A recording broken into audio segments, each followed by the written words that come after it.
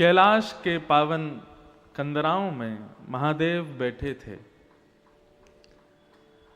ध्यानस्थ होकर के बैठे थे। पार्वती नित्य उनका दर्शन करती है और नित्य दर्शन करके मन में विचार करती हैं, बाकी सब तो देव हैं परंतु ये महादेव हैं, और महादेव होने के बाद भी पूरा विश्व इनका चिंतन करता है, लेकिन ये नेत्र बंद करके किसका ध्यान करते हैं,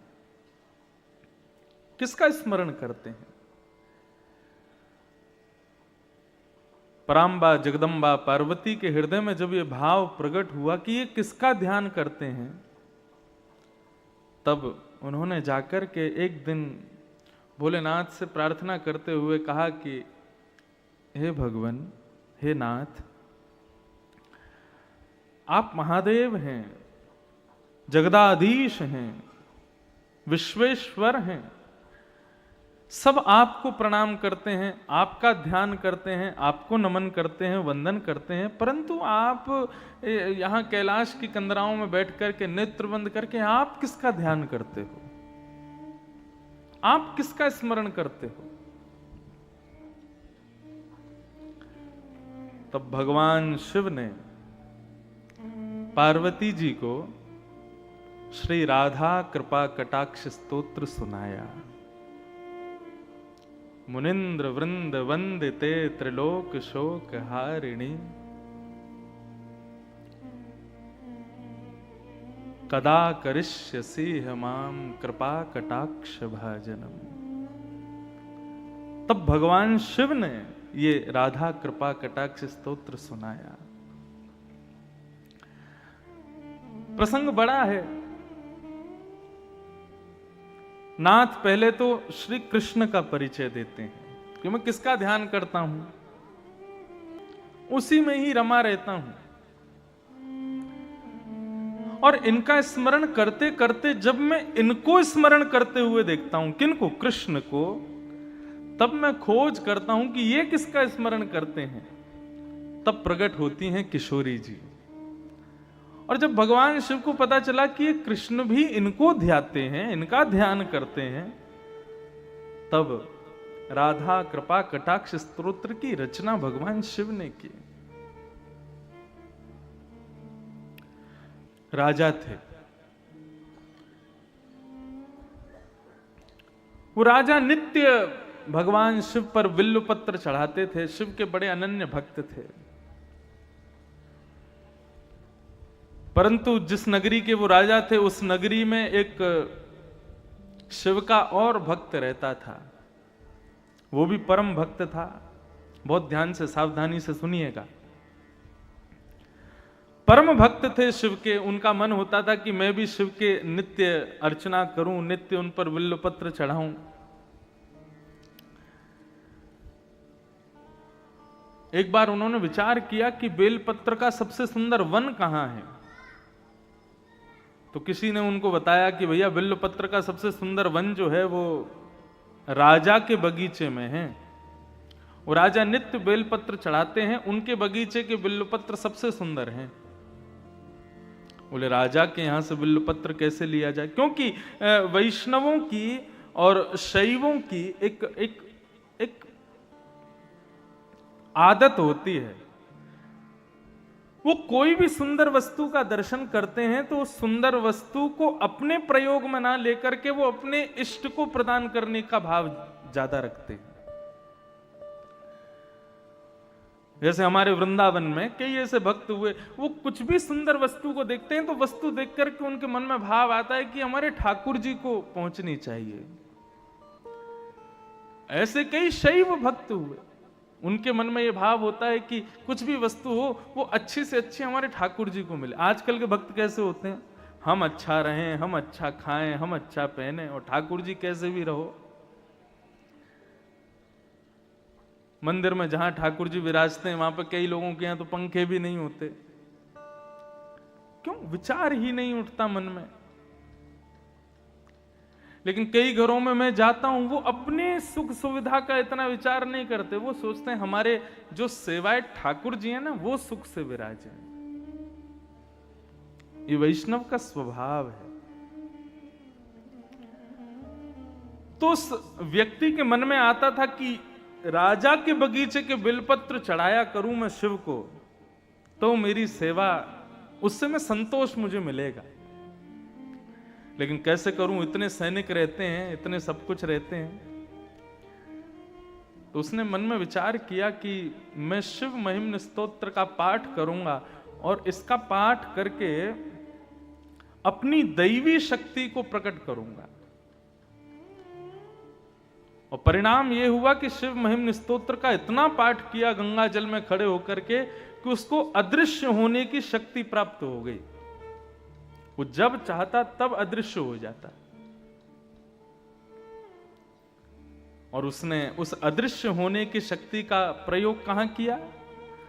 राजा के बगीचे में जाते और बगीचे में जाके बेलपत्र तोड़ते। जैसे ही सैनिक उसको देखते, सैनिक उसको पकड़ने के लिए आते, तुरंत अदृश्य हो जाता और बेलपत्र लेकर के चला जाता, जाकर के भगवान शिव पर चढ़ा देता है।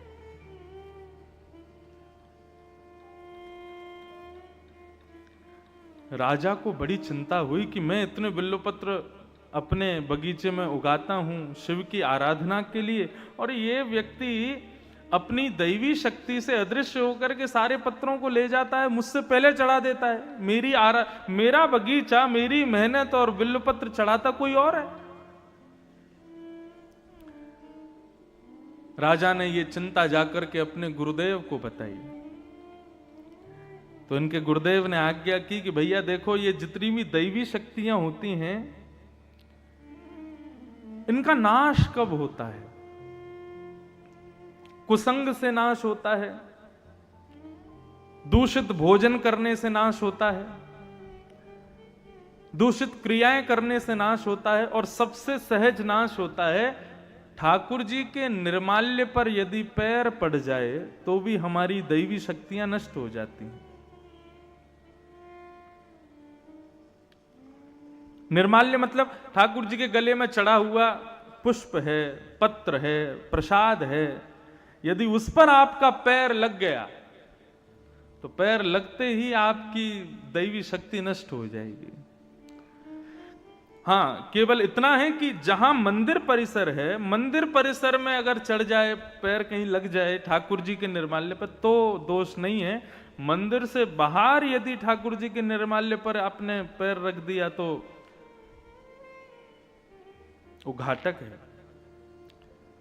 आप नेत्र बंद करते हो, ठाकुर जी प्रकट हो जाते हैं, उनका दर्शन होता है, यह भी एक दैवी शक्ति है। लेकिन आपकी भक्ति में, आपकी सेवा में यदि लेश होने लग जाए तो समझ लेना आपने कहीं ना कहीं अपराध तो किया है, किसी निर्माल्य पर चरण तो रखा है।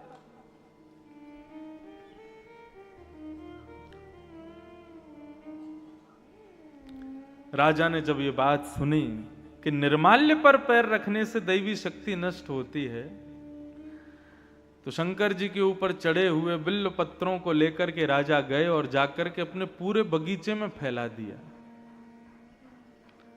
अर्धरात्रि का समय होगा, जब वो भक्त आएगा, वो चोर आएगा, उसको पता नहीं होगा, वो निर्माल्य पर पैर रख देगा तो उसकी शक्ति नष्ट हो जाएगी। अर्धरात्रि का समय, नित्य की सेवा के लिए, बिल्व पत्र तोड़ने के लिए जैसे ही बगीचे में उसने प्रवेश किया, उसको पता नहीं था, शिव पर चढ़े हुए निर्माल्य पर जैसे ही चरण रखा, उसकी अदृश्य होने की शक्ति नष्ट हो गई। उसको पता नहीं था अभी तक, वो तो दिखाते हुए जाता था, जब सैनिक पकड़ने आते थे तब अदृश्य होता था। आज बिल्वपत्र तोड़ने लगा, सैनिक जैसे ही तलवार लेकर के उसको पकड़ने के लिए जाने लगे, उसने जैसे ही अदृश्य होना चाहा, लेकिन आज वो अदृश्य नहीं हो पाया और सैनिकों ने उसको पकड़ लिया। बोले आज आ गया पकड़ में। अब तो वो घबराने लगा, चिंता करने लगा, क्या करूं, कहां जाऊं, कैसे बचूं। सैनिकों ने राजा को बता दिया, बोले कि आज हमने उसको बंदी बना लिया है, पकड़ लिया है। राजा उसको मारने के लिए जैसे ही समीप आने लगे, उस भक्त ने नेत्र बंद करके महादेव का स्मरण किया और स्मरण करते हुए कहने लगा, हे महादेव, मानता हूं कि मैंने चोरी की है, लेकिन किसकी की? पत्र की है। किस लिए की? आपकी आराधना के लिए की है। यदि इससे किसी की संपत्ति नष्ट हुई हो, इससे किसी की आराधना नष्ट हुई हो, तो मैं क्षमा मांगता हूं। लेकिन नाथ, मैंने तो केवल आपकी सेवा के लिए इस कार्य को किया था, आप मुझ पर कृपा करो। और नेत्र बंद करके महादेव का स्मरण करते हुए वहीं खड़े खड़े शिव महिम्न स्तोत्र का गान करना प्रारंभ किया। गान करते करते करते करते करते जैसे ही महिम्न स्तोत्र विराम हुआ, राजा ने जाकर के अपनी तलवार से उस पर प्रहार करना चाहा। स्तुति का विराम होते ही उसकी जो अदृश्य होने की शक्ति थी वो पुनः प्रकट हो गई और वो वहां से अदृश्य होकर के महादेव के पास चला गया। कहने का अभिप्राय क्या है? ये इतनी बड़ी कथा मैंने क्यों सुनाई? शिव महिम्न स्तोत्र में इतनी शक्ति है। यदि आप नित्य श्रावण मास में गंगा में कंठ भर जले में खड़े होकर के नित्य 108 शिव महिम्न स्तोत्र का गान करो, पाठ करो, मन चाही सिद्धि प्राप्त कर सकते हो। यहां तक कि अदृश्य होने तक की सिद्धियां प्राप्त हो जाती हैं शिव महिम्न स्तोत्र से। ऐसे स्तुतियों के राजा हैं शिव महिम्न स्तोत्र, लेकिन वो शिव भी किसकी आराधना करते हैं? हमारे श्री कृष्ण की, हमारी श्री किशोरी जी की आराधना करते हैं, हमारी श्री लाडली जी का नाम गाते हैं।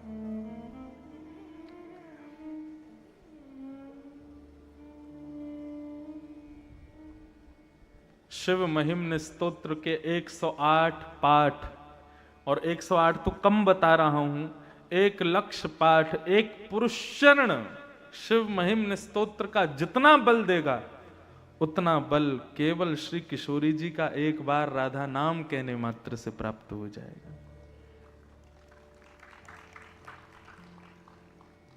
कहे तो सही। अब सूरदास जी वहां पर ठाकुर जी को धमकी और देते हैं। सूरदास जी नेत्रहीन है, नेत्र नहीं है उनके पास। कोई कहता सूरदास जी आपको तो भगवान ने आंख ही नहीं दी। सूरदास जी बोले मुझे भगवान ने आंख इसलिए नहीं दी क्योंकि ठाकुर जी कहते हैं कि भाई संसार इतना मायावी है, जो इसको देखता है वो इसी का हो जाता है। हे सूरदास, मैं तुझे आंखें नहीं दूंगा ताकि तू मेरे अलावा किसी का होए ही ना कभी। सूरदास जी से किसी ने कहा आपको तो आंख नहीं दी भगवान ने, तो सूरदास जी दूसरा उदाहरण क्या देते? बोले मुझे ठाकुर जी ने आंख इसलिए नहीं दी, संसार को आंख दी है। मानो भगवान सबसे कह रहे हैं तुझको आंख दी, तू अपने आप अपना रास्ता देख करके चल, कहीं गड्ढा हो तो बच के चल, कहीं ठोकर आवे तो बच के चल। मैंने सूरदास को आंख क्यों नहीं दी? बोले सूरदास को आंख इसलिए नहीं दी, बोले इसकी उंगली पकड़ के तो मैं ही चलूंगा। आंख नहीं दी तो सूरदास जी तो खुश होते। मुझे आंख इसलिए नहीं दी क्योंकि तुम सब तो अपनी आंखों के वजह से चलते हो, मैं तो ठाकुर जी की उंगली पकड़ के चलता हूं, वो जहां ले जाते हैं वहां चला जाता हूं। लेकिन आज सूरदास जी बड़े उदास,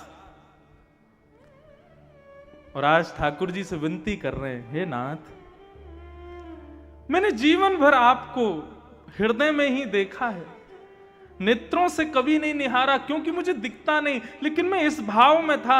आपने मुझे नेत्र इसलिए नहीं दिए क्योंकि एक दिन आप प्रकट होकर के मुझे दर्शन दोगे, लेकिन कब होगे प्रकट? हे नाथ, प्रकट हो जाइए ना। और फिर सूरदास जी धमकी देते हैं ठाकुर जी को। सूरदास जी भगवान से कह रहे हैं कि हे नाथ, या तो मुझे दर्शन दो, नहीं तो लेहो करवट काशी। लेहो करवट काशी का मतलब, अब काशी करवट स्थान भी है, लेकिन आपको बताएं काशी एक चीज के लिए और प्रसिद्ध है। क्या? व्यक्ति अपने अंतिम काल में यहां आकर के रहने लग जाते हैं और विचार करते हैं, इंतजार करते हैं अपनी मृत्यु का, क्योंकि ऐसा मान्यता है कि यहां पर मृत्यु प्राप्त होना मतलब सीधा मोक्ष धाम। काशी की आकृति कैसी, हमारे पंडित जी हमको बता रहे थे, कितना सुंदर भाव। काशी की आकृति कैसी है? धनुष आकार में, और इस धनुष का तो नित्य दर्शन मुझको हो रहा है। मैं जहां से आता हूं, यदि गाड़ी से आऊंगा तो 2 घंटे में पहुंचूंगा यहां। मैं आता हूं नाव से, तो पूरी काशी ऐसे धनुष आकार में, धनुष आकार में काशी है। और उसकी प्रत्यंचा कौन है? ये गंगा जी उसकी प्रत्यंचा है। तो धनुष आकार की काशी, प्रत्यंचा गंगा, और धनुष आकार की इस काशी के बिल्कुल मध्य में कौन बैठे हैं? महादेव। मणिकर्णिका के घाट पर श्री काशी विश्वनाथ बैठे हैं। तो मध्य में ही तीर लगाया जाता है। तो मध्य में चालक बैठा है। तीर क्या है? बोले राम नाम ही तीर है। वहीं मणिकर्णिका के घाट पर आने वाले शवों के कान में राम नाम दान कर देते हैं। मतलब इस काशी रूपी धनुष बाण पर गंगा रूपी प्रत्यंचा से विश्वनाथ यहां मृत्यु प्राप्त करने वाले जीवों के कान में राम तारक मंत्र धारण करके उस प्रत्यंचा को छोड़ देते हैं और सीधा मोक्ष को पहुंचता है। ऐसा भाव है यहां का। तो पहला भाव कि सूरदास जी कह रहे हैं लेहो करवट काशी, मतलब सूरदास जी कह रहे हैं मैं अन्योन्याश्रय कर लूंगा। अन्योन्याश्रय क्या है? एक पति को छोड़ दूसरे पति से प्रेम विवाह करना, ये अन्योन्याश्रय है। तो सूरदास जी मानो भगवान को धमकी दे रहे हैं, बोले यदि आपने मुझको दर्शन नहीं दिया तो मैं आपको छोड़ दूंगा और मैं काशी के जो विश्वनाथ है ना उनकी शरण में चला जाऊंगा। तो लेहो करवट काशी, एक भाव तो ये। दूसरा भाव लेहो करवट काशी का मतलब आपने यदि अब मुझे दर्शन नहीं दिया तो फिर मैं अपने प्राणों का परित्याग कर दूंगा। हम काशी जा रहे हैं। पहले के जमाने में इतना कहना मतलब घर के लोग पांव पकड़ ले, अरे भैया ऐसा मत कहो। क्यों? काशी जाने का मतलब क्या? बोले कि अब सुधार जाएंगे हम। लेहो करवट काशी, सूरदास जी कह रहे हैं भगवान से। और मैंने ऐसा भी सुना कि एक यहां कुआं है। अब मुझे सत्य तो मेरे को नहीं पता, आप लोग ज्यादा जानते होंगे। उस कुएं में लोग कूद करके अपने प्राणों का परित्याग कर देते थे। वहां नीचे विश्वनाथ भगवान बैठे हैं। तो करवट काशी का मतलब वह भी है कि वहां जाकर के अपने प्राणों का परित्याग कर दूंगा, आदि आदि भाव। लेकिन भाव एक ही है, यदि आपने मुझे दर्शन नहीं दिए तो मैं काशी का आश्रय ले लूंगा। और जैसे ही सूरदास जी ने यह बात कही है, लेहो करवट काशी, इतने में ही ललित त्रिभंगी वंशी धारी मोर मुकुट धारण किए घुंघराले केश अलकावलियों से सुसज्जित पीतांबरी पहने हुए श्री श्याम सुंदर प्रकट हो गए। जैसे प्रकट हुए तो नूपुरों की ध्वनि हुई, अंग से इत्र की सुगंधी सूरदास का स्पर्श करने लगी। सूरदास जी बोले कौन है मेरे सन्मुख? जैसे ही शब्द सुना सूरदास, सूरदास जी के नेत्र सजल हो गए। बोले नाथ आ गए आप? बोले हाँ मैं आ गया। और जैसे ही सूरदास जी के नेत्रों पे हाथ फेरे हैं और कहा सूरदास नेत्र खोलो। जैसे ही नेत्र खोल करके देखा, सामने ललित त्रिभंगी ठाकुर जी खड़े हैं, मधुर मुस्कुरा रहे हैं, ऐसा सुंदर स्वरूप धारण करके पधारे हैं। ये देख करके सूरदास जी आनंदित हो गए, रोम रोम का दर्शन करने लगे, एक एक अंग का दर्शन करने लगे और सर्वांगीण अंग का दर्शन करके प्रणाम करते हुए ठाकुर जी से कहने लगे अब मुझे फिर से अंधा बना दो। क्यों? बोले अब इन नेत्रों में आप विराजमान हो गए, मेरे प्रत्येक रोम में आप विद्यमान हो गए, अब मैं इन नेत्रों से किसी और को नहीं देखना चाहता। श्रीमद् भागवत में गोपियां कहती हैं अक्षण वताम फलमिदम न परम विदाम। इतना बढ़िया सूत्र गोपियों ने कहा है। गोपियां कहती हैं इन आंखों से स्विट्जरलैंड देखना, न्यूजीलैंड देखना, कश्मीर देखना, कन्याकुमारी देखना, सिंगापुर चले जाना, आदि आदि देश का भ्रमण करके इन आंखों से देखना, तुमने आंख पाकर के कुछ नहीं किया। धन मिले तो धन का सदुपयोग करो। ये आंख मिली है तो इनका सदुपयोग क्या है कि जो काशी विश्वनाथ आज मंदिर में बैठे हैं, एक स्थिर होकर के बैठे हैं, नित्य उनको देखना भी इन आंखों की सार्थकता नहीं है। इन आंखों की सार्थकता कब हो कि जब तुम गंगा के घाट पर, काशी के किनारों पर जब घूम रहे हो तो एक दिन एकांत में वही विश्वनाथ भ्रमण करते हुए तुमको दिखाई दे जाए, तो समझना इन आंखों को पाकर के हमने इनको सिद्ध किया है। गोपियां कहती हैं, इन आंखों से यदि श्याम सुंदर को चलते फिरते, मुरली बजाते, आनंद करते, रास विहार करते नहीं देखा, तो इन आंखों का तुमने सदुपयोग ही नहीं किया। सूरदास जी कहते हैं, अब आंख मिल गई और आंख को देखना जिसको है वो मिल गया, अब मुझे कुछ नहीं चाहिए। जिन नयनन में पी बसे दूजो ना ही समाए, अब मुझे फिर से नेत्रहीन बना दो। हम में और बाकी के वैष्णव भक्तों में अंतर क्या है? हम अपनी प्रत्येक इंद्रिय से संसार को भोगना चाहते हैं।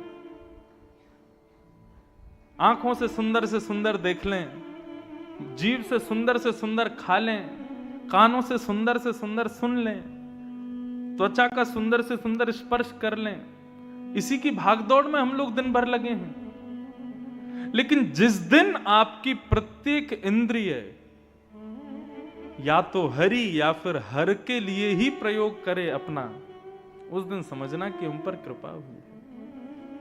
नेत्र केवल उनका दर्शन करना चाहें, कान केवल उनको सुनना चाहें, त्वचा केवल उनका स्पर्श चाहे, पैर केवल उनकी तरफ ही चलना चाहें, जिह्वा केवल उनके प्रसाद का सेवन करे, नेत्र केवल उनका दर्शन करें, तब समझना अब वास्तविक हमारा जीवन श्रेष्ठ हो रहा है।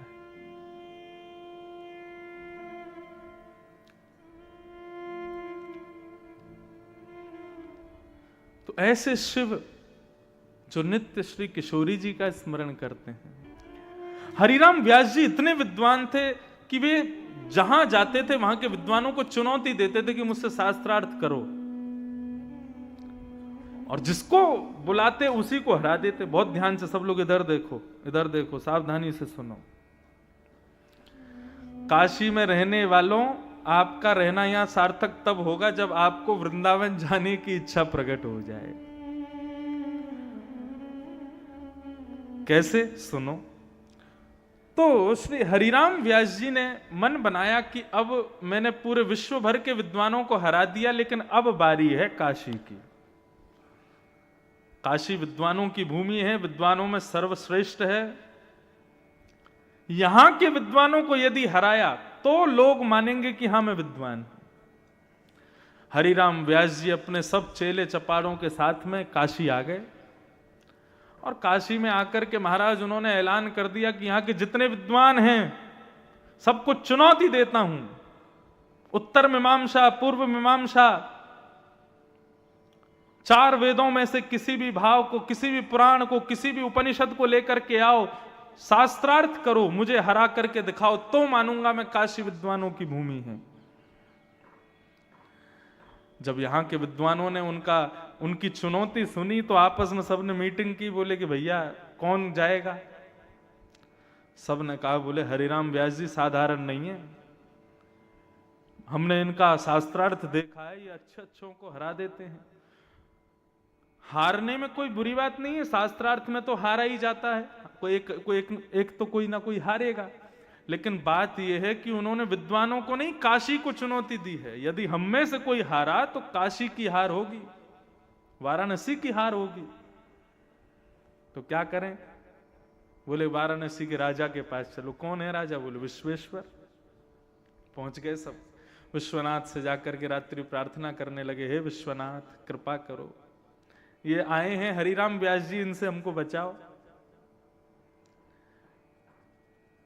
सब ब्राह्मणों ने जाकर के प्रार्थना की। ब्राह्मण तो प्रार्थना करके चले गए, लेकिन आधी रात में शंकर जी हों चाहे हमारे कन्हैया हों, ब्राह्मणों को दुखी नहीं देख सकते।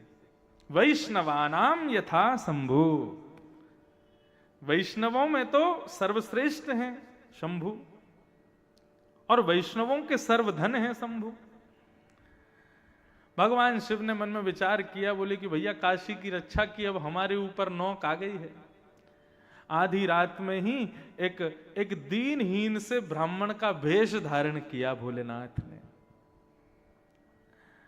और एक दीनहीन से ब्राह्मण बनकर के, बिल्कुल सादा सरल से ब्राह्मण बनकर के पहुंच गए हरिराम व्यास जी के पास। हरिराम व्यास जी के चेला खड़े थे बाहर, उनसे जाकर के कहा कि महाराज मैं काशी का ब्राह्मण हूं, हरिराम व्यास जी से कुछ पूछने आया हूं।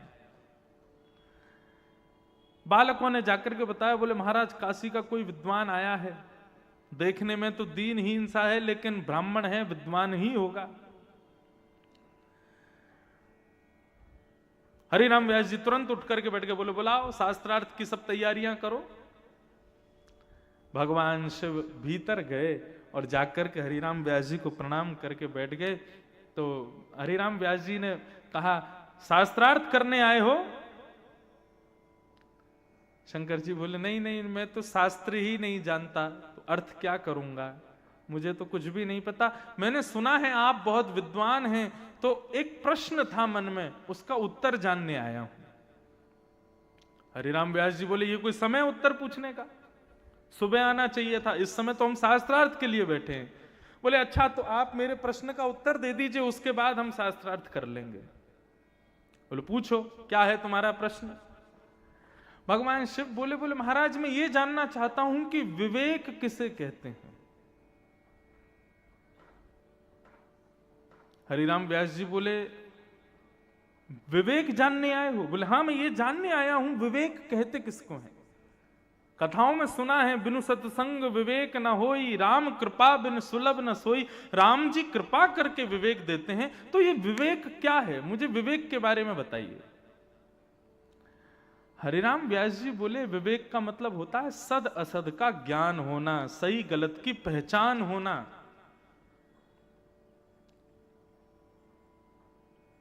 सद असद का ज्ञान ही विवेक है।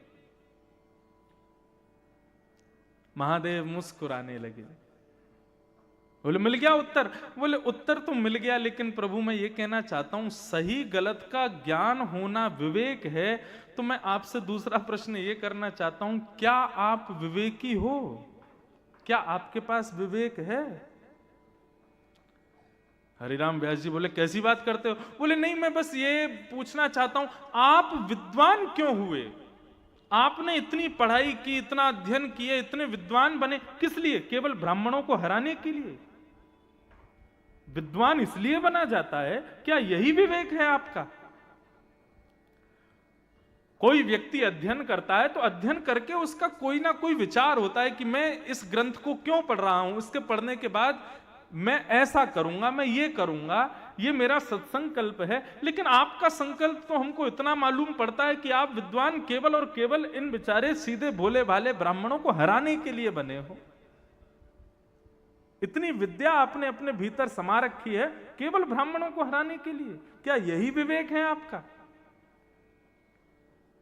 कितने ब्राह्मणों को निराश कर देते हैं आप, कितने ब्राह्मणों को हरा करके हताश कर देते हैं और फिर खुद को विद्वान कहते हैं। क्या यही विवेक है आपका?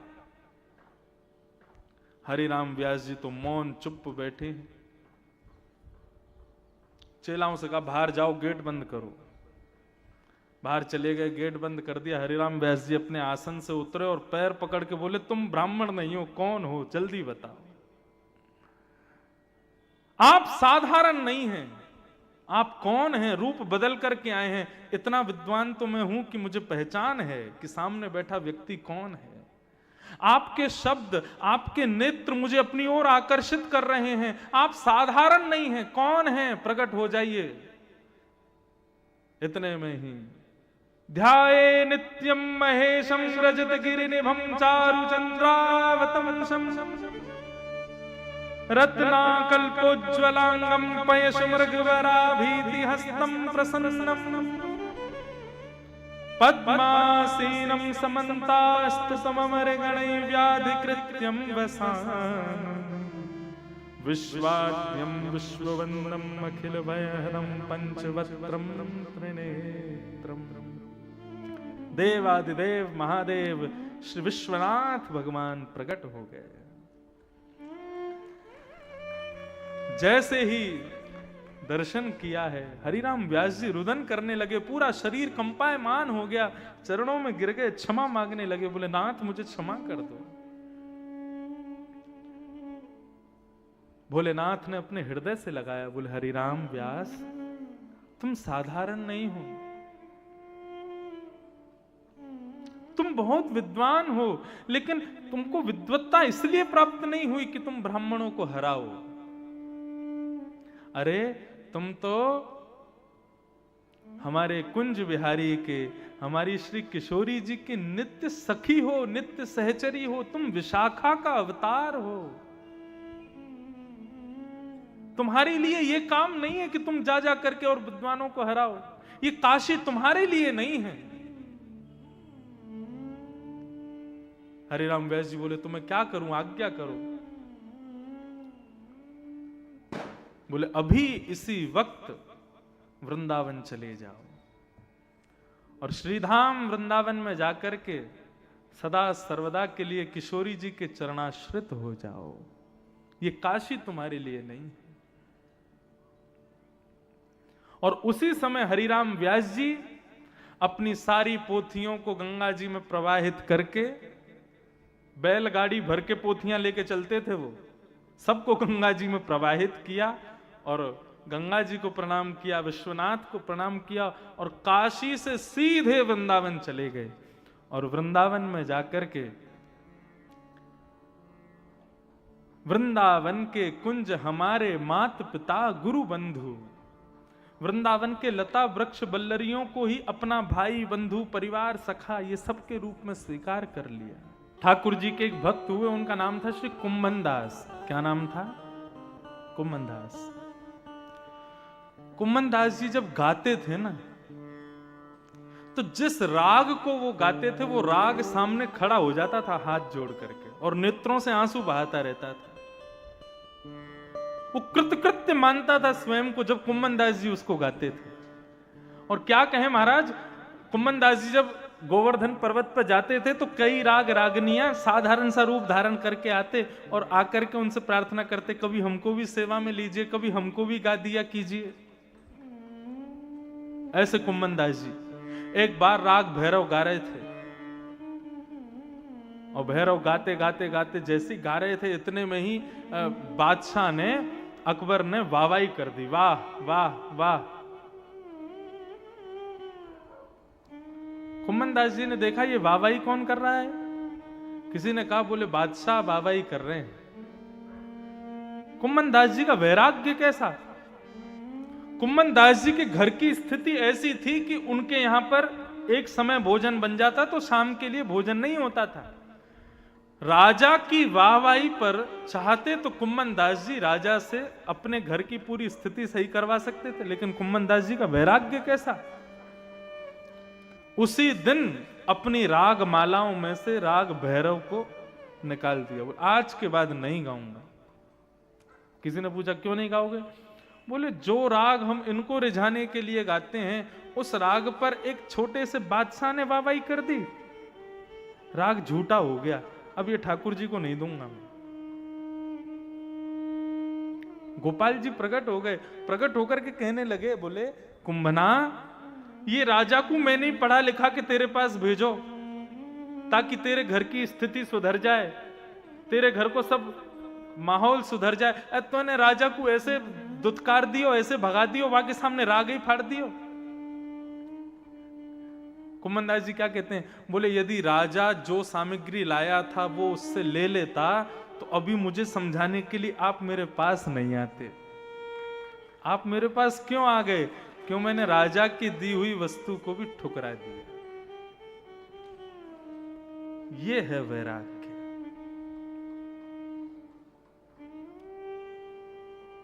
बहुत ऊंची स्थिति है, यहां हम सुन ही सकते हैं, इन स्थितियों को कर नहीं सकते। हमारी गायकी पे छोटा सा विधायक वाहवाही कर दे तो हम उसके पीछे पीछे होलेंगे और विधायक जी हमारा ये काम करवा दो, विधायक जी। बादशाह वाहवाही कर गया कुंभन दास जी के गायन पर। भक्ति महारानी कष्ट में आ गई। नारद जी महाराज ने कहा, देवी तुम चिंता मत करो, तुम्हारा जो भी कष्ट है मैं उसको दूर करूंगा। और नारद जी महाराज सत्कर्म ढूंढते ढूंढते बद्रीनाथ पहुंचे और बद्रीनाथ में जाकर के सनक सनंदन सनत कुमारों को ये बात बताई कि महाराज भक्ति ज्ञान वैराग्य की पीड़ा दूर कीजिए, भक्ति तो युवा है, लेकिन उसके दोनों बालक ज्ञान वैराग्य बुढ़े हो गए हैं। ये कैसे संभव हो सकता है कि मां युवा बालक वृद्ध? इस क्रम को ठीक कीजिए भगवान। तब सत्कर्म के रूप में 5 सत्कर्म बताए सनत कुमारों ने, और 5 प्रकार के यज्ञों का वाचन किया। वो 5 यज्ञ कौन कौन से हैं? कि सबसे पहला यज्ञ कौन सा है? द्रव्य यज्ञ। आप मंदिर में दान दक्षिणा करते हो, ठाकुर जी को पुष्प चढ़ाते हो, माला चढ़ाते हो, बिल्व पत्र चढ़ाते हो, दूध चढ़ाते हो, ये सब द्रव्य यज्ञ है, पहली श्रेणी का सत्कर्म। इससे भी श्रेष्ठ सत्कर्म क्या है? तो कहते हैं तप यज्ञ। तप यज्ञ का मतलब क्या है? देखो, तप का सीधा अर्थ होता है अपने शरीर को थोड़ी अव्यवस्थाएं देकर के भगवत स्मृति करना। जैसे कि आप लोग सब नीचे बैठे हो, एक आसन पर बैठे हो, बार बार अपने आसन नहीं बदल रहे हो, एक ही आसन पर बैठ के पूरी कथा सुन रहे हो, यह भी एक तप है। बार बार कथा में उठना, बार बार आसन बदलना, तुम्हारा तप टूट जाता है। शरीर को व्यवस्थाओं से विमुख करना और फिर भगवत आराधन करना, उसी को तप कहते हैं। तो ठाकुर जी पर दूध चढ़ाना, बिल्वपत्र चढ़ाना, आदि आदि चढ़ाना, ये तो एक निम्न कोटि का तप है, निम्न कोटि का यज्ञ है। उससे श्रेष्ठ यज्ञ क्या है? बोले तप यज्ञ। एक आसन में बैठ करके हरि स्मृति करना, हरि कथा करना, हरि कथा श्रवण करना, आदि आदि ये सब भाव, ये तप यज्ञ। दूसरा यज्ञ। तीसरा यज्ञ कौन सा है? बोले योग यज्ञ है। योग का अर्थ क्या है? योग का अर्थ होता है मिलना। हम किससे संबंध रखते हैं? वैष्णवों से संबंध रखते हैं, भक्तों से संबंध रखते हैं, जिसके सिर पर उर्ध्वपुंड है, त्रिपुंड है, उससे संबंध रखते हैं। जो ठाकुर जी की आराधना करता है, ठाकुर जी की भक्ति करता है, ठाकुर जी का नाम गान करता है, उससे संबंध रखते हैं। यह योग यज्ञ है। जो हरि का नहीं, वो हमारा नहीं, ऐसी भावना। अच्छा, इस भावना को भी बहुत ध्यान से सुनिए। आप घर में रहते हैं, घर के कई सदस्य हरि के नहीं हैं, तो वो आपके भी नहीं हैं। वैसे तो आज्ञा शास्त्र की यही है, गुरु को छोड़ो, पत्नी को छोड़ो, पति को छोड़ो, माता पिता को छोड़ो, यदि वो भगवत मिलन में बाधा बनते हो तो। लेकिन यहां पर एक चीज होती है, क्या? व्यवहारिक धर्म नष्ट हो जाता है, और व्यवहारिक धर्म नष्ट करना भी एक प्रकार से पाप है। तो फिर क्या किया जाए? बहुत सरल है, लेकिन करना थोड़ा कठिन है। सुनो, अपने शरीर से संबंधों का निर्वहन करो, पर मन से त्याग करो।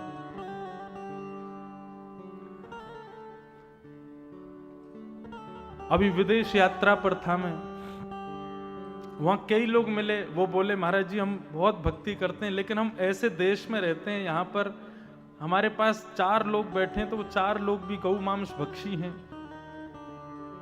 उल्टा सीधा खाते हैं, उल्टे सीधे रहते हैं, क्या करें? उनका संग तो करना पड़ता है। मैंने कहा देखो, हमारे शास्त्राज्ञा करते हैं कि हमारे धर्म में शारीरिक उपस्थिति से ज्यादा मानसिक उपस्थिति को ज्यादा श्रेष्ठ माना जाता है। आप शरीर से कहीं उपस्थित हो, लेकिन मन से उपस्थित नहीं हो, तो आपकी उपस्थिति दर्ज नहीं होगी। लेकिन आप कहीं शरीर से नहीं हो, मन से वहीं का स्मरण कर रहे हो, तो आपकी उपस्थिति नित्य मानी जाएगी। जैसे हमारे यहां गाते हैं, प्यारे राधा वल्लभ लाल, मन रखियो अपने चरणन में। हम भले ही तन से काशी में रहें, लेकिन हे राधा वल्लभ लाल, हमारे मन को सदा अपने चरणों में रखना। तुम मन से यदि नित्य गंगा के तट पर बैठकर के भी आप वृंदावन का स्मरण करते हो तो आपके बही खाते में, आपके जीवन खाते में आपकी नित्य की उपस्थिति काशी की ना हो के ब्रज की मानी जाएगी। क्यों? बोले तन से भले ही कहीं भी बैठे थे लेकिन मन से तो नित्य वृंदावन का स्मरण करते थे। तो हमारे यहां तन की उपस्थिति को श्रेष्ठता नहीं मानी गई, मन की उपस्थिति को श्रेष्ठता दी गई है। मतलब आप तन से संबंधों का निर्वहन करो लेकिन मन से ना करो, तो मन से जो काम नहीं किया है वही श्रेष्ठ माना जाएगा। हरि विमुख करने वाले यदि परिवार के भी हैं तो तन से तो संबंध निभाओ, मन से मत निभाओ बस। लेकिन वो मन का त्याग तन पर हावी नहीं होना चाहिए, वो तन पर दिखना नहीं चाहिए। बहुत कठिन है। या तो देखो मीराबाई जैसे हो जाओ, या तो तुलसीदास, रैदास, सूरदास आदि जैसे हो जाओ, बिल्कुल सबको छोड़ छाड़ के चले जाओ। लेकिन सबके बीच में रह रहे हो तो फिर तन के संबंधों को निभाओ, मन से भले ही मत निभाओ। तन के संबंधों का निर्वहन करना चाहिए। ये बात हम क्यों बता रहे हैं? योग यज्ञ, योग यज्ञ का मतलब उनसे संबंध बनाओ जो ठाकुर जी से संबंध रखते हो। द्रव्य यज्ञ, तप यज्ञ, योग यज्ञ, और उसके बाद चौथा आता है स्वाध्याय यज्ञ। आप नित्य काशी विश्वनाथ दर्शन करने जाओ, उसका जो फल मिलेगा, और नित्य काशी ना विश्वनाथ का दर्शन ना करके नित्य अपने घर में बैठ करके कभी शिव महापुराण का स्तुति पाठ करो, कभी भागवत महापुराण का पाठ करो, कभी रामचरितमानस का पाठ करो, तो काशी के नित्य दर्शन करने से ज्यादा आपको प्राप्त होगा फल, यदि आप स्वाध्याय करते हो। और वो तो सोने में सुहागा हो जाएगा कि आप मानस लेके, पुराणों को लेके वहीं मंदिर में ही बैठ के ठाकुर जी को सुनाओ। सबसे प्यारी आराधना क्या है भगवान की? बिल्व पत्र चढ़ा रहे हैं, दूध चढ़ा रहे हैं, जल की धारा चढ़ा रहे हैं। आज तो मैंने देखा महाराज, सुबह जितनी देर पुजारी जी अभिषेक कर रहे थे उतनी देर तो शंकर जी ऐसे लग रहे थे वाह प्रसन्न मुद्रा में बैठे हों, और जैसे ही पुजारी जी निकले और महाराज भीड़ का आक्रमण हुआ भगवान शिव पर। मैं जब गर्भगृह में गया तो मैंने देखा असंख्य बिल्व पत्र जाने कहां से बरस रहे थे ऊपर से। कोई दूध चढ़ा रहा, एक ने तो लोटा ही फेंक दिया वहीं। मैंने कि शंकर जी सिर पकड़ के बैठ गए होंगे।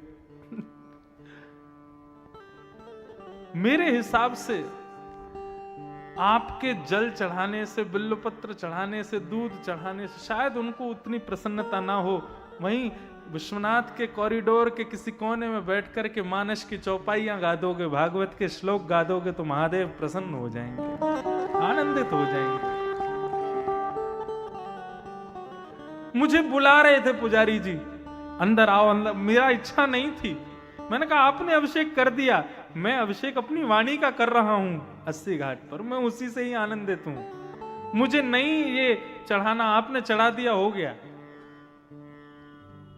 ये समझना यही विवेक है। मंदिर में होड़ रहती है कि इसने दूध चढ़ाया है तो मैं भी चढ़ाऊंगा। पॉलिथिन फोड़